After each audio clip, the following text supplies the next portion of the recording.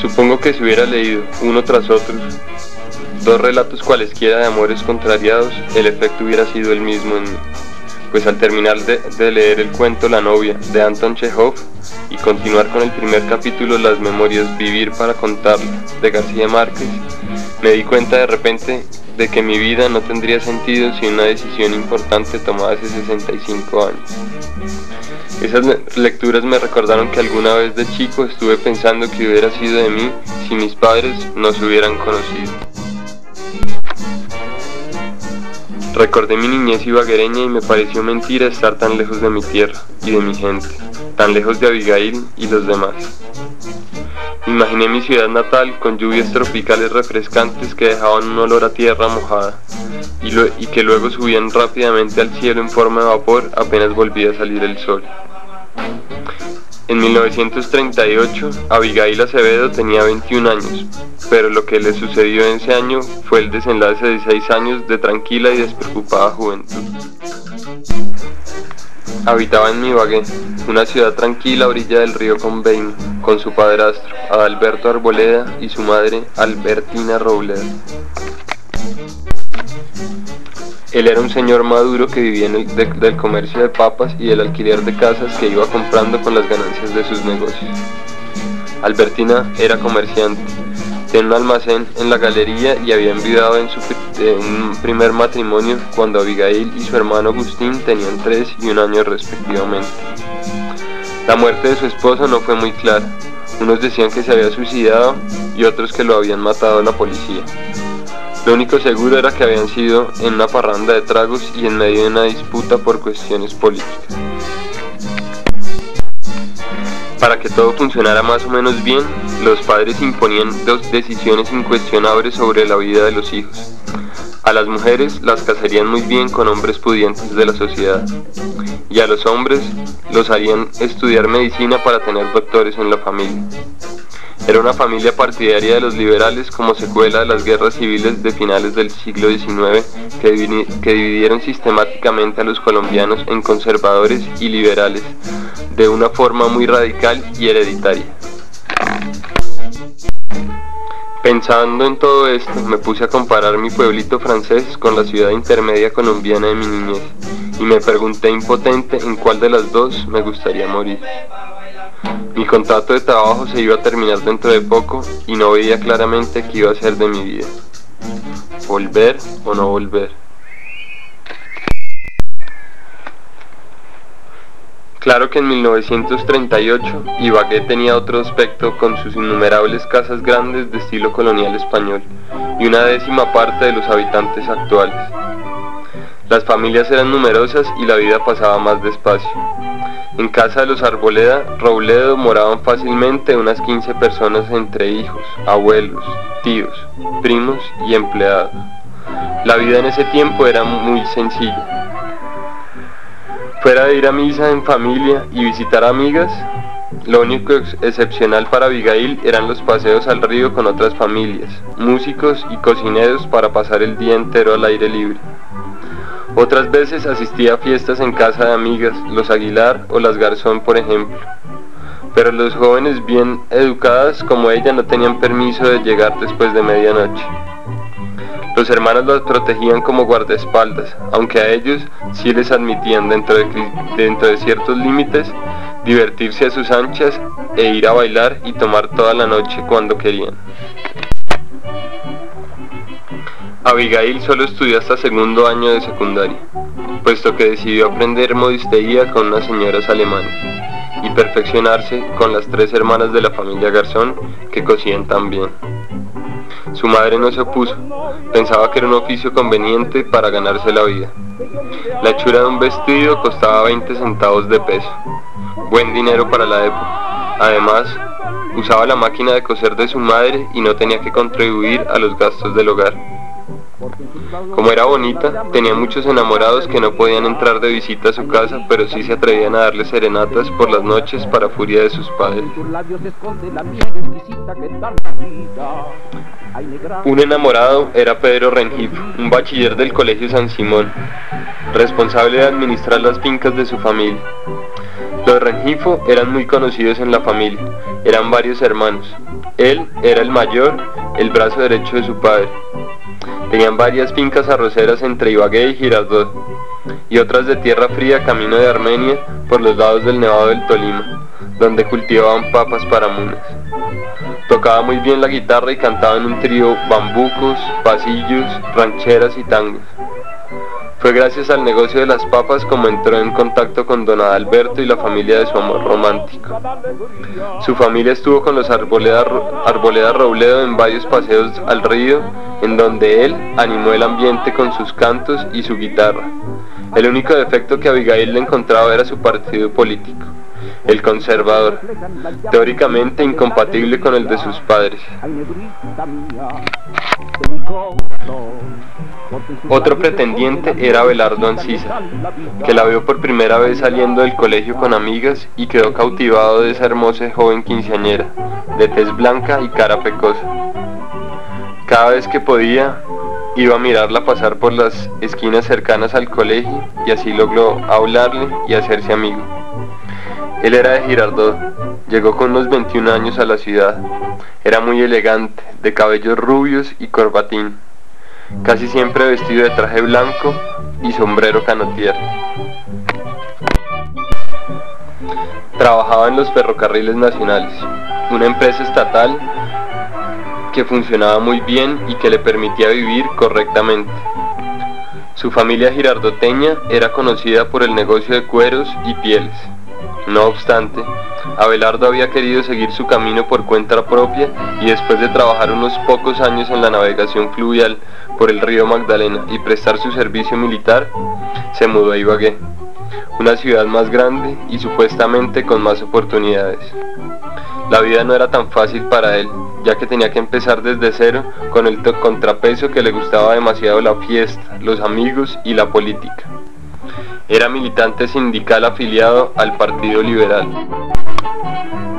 Otros pretendientes la esperaban a la salida del colegio, como aquel militar que montaba a caballo a su lado, cortejándola. Doña Albertina, al percatarse, decidió que su hijo Agustín la acompañara del colegio a la casa.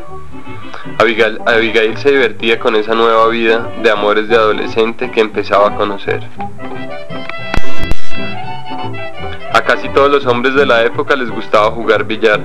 Así conoció Abelardo a don Adalberto Arboleda, el padrastro de Abigail, que también era jugador, pero no logró que le abrieran las puertas de la casa.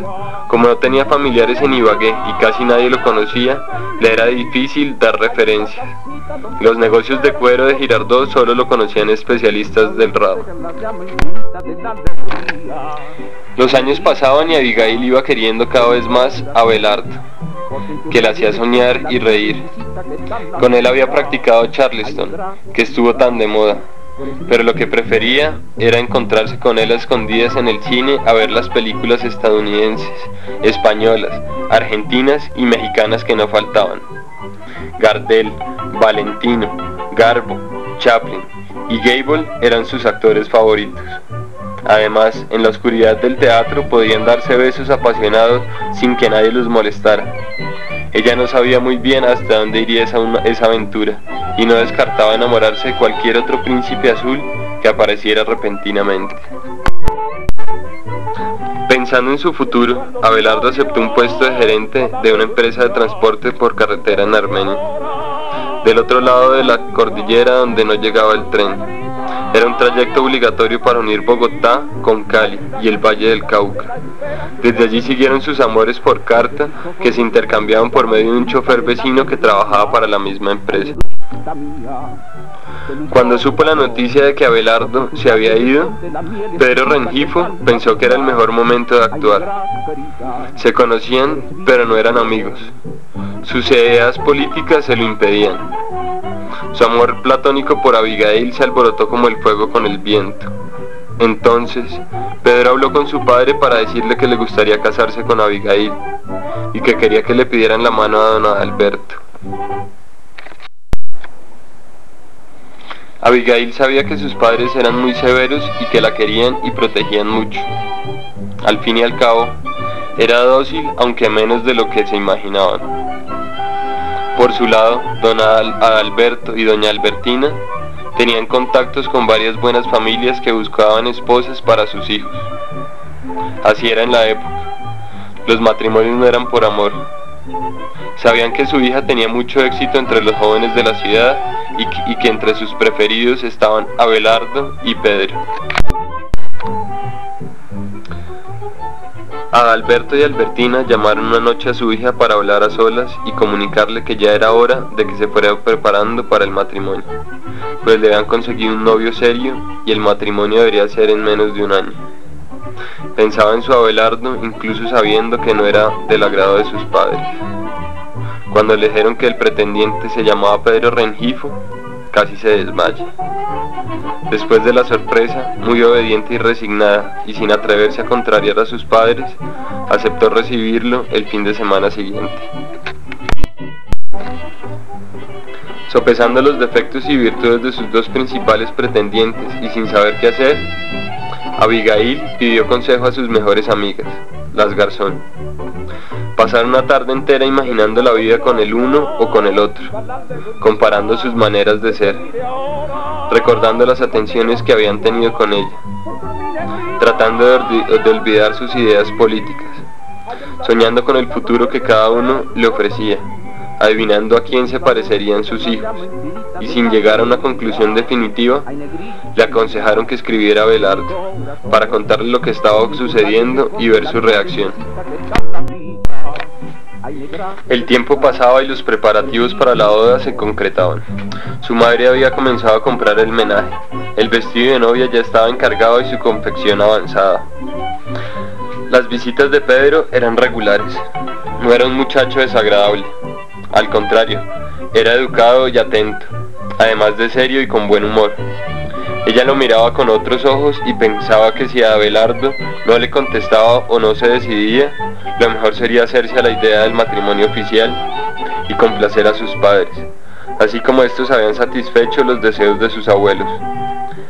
El distanciamiento de Abelardo produjo tal abstracción e idealización de su amor que llegó a dudar de sí mismo. Las cartas seguían yendo y viniendo entre Ibagué y Armenia, al compás de los viajes del chofer vecino, pero no le decían nada claramente. Una noche, Abigail soñó que él tenía otro amor en Armenia y que le contaba en una carta que iba a casarse pronto y debían terminar sus relaciones.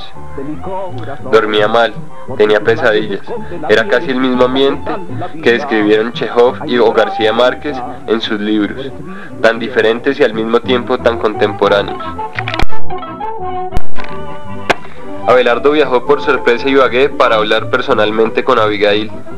Se vieron con la complicidad de las Garzón, que habían tomado muy en serio su participación en el desenlace de esos amores. Abelardo le dijo sin rodeos: si quiere a Rengifo, cásese con él. Si no, espéreme 3 meses para que yo organice mi situación y nos casamos en agosto. Abigail, al tenerlo de nuevo cerca en carne y hueso, se dio cuenta que lo quería más que nunca y no dudó en aceptar la propuesta. Las Garzón estaban felices de que las cosas se aclararan de repente, y como los hinchas de un partido de fútbol que acaban de ver marcar un gol por su equipo, saltaban de alegría. Desde ese momento y a escondidas, Abigail empezó a llevar sus pertenencias poco a poco a casa de sus amigas y cómplices. No obstante, los preparativos para su boda oficial continuaban. El vestido de novia estaba listo. La fiesta estaba organizándose. La casa donde Pedro pensaba vivir estaba siendo pintada y decorada. El tiempo parecía pasar más lento que nunca. Las visitas de Pedro se hacían muy pesadas y a Abigail le costaba trabajo fingir y guardar su secreto. Abelardo llegó el domingo 31 de julio y al día siguiente, a las 9 de la mañana, se encontraron en la iglesia del hospital de la ciudad en la carrera primera con calle 13. Únicamente asistieron los novios y los testigos. El matrimonio les pareció eterno por el miedo de que se presentase alguien para impedirlo, pero todo salió como lo planeado. Recogieron el equipaje de Abigail en casa de las Garzón e inmediatamente viajaron a Armenia, apenas 85 kilómetros al occidente, Fue un recorrido lento, ya que había que subir por carreteras angostas de 1250 a 3300 metros de altitud para bajar de nuevo a 1480 metros. Doña Albertina sufrió un ataque de nervios cuando supo la noticia, pero al poco tiempo recapacitó y perdonó a su hija. Al cabo de 2 años de insistencia la convenció para que regresara a Ibagué con su nieta Amparo, pero le prohibió la amistad con las Garzón. La amistad con los Rengifo se enfrió por muchos años. Pedro Rengifo, mi padre, se casó años después con Selmira, la menor de las Garzón. Yo nací 15 años después. Fui el 6.º hijo de ese matrimonio y por eso mi nombre es Sixto Rengifo Garzón.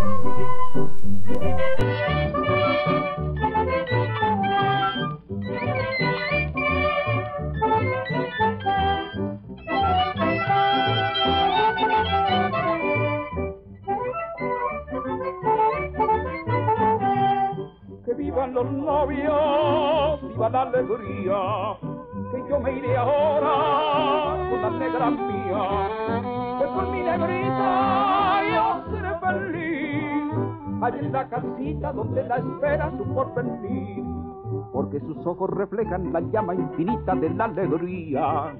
Ay, negrita mía, de mi corazón, porque en sus labios se esconde la miel exquisita que da la vida. Ay, negra querida, tú eres mi ilusión.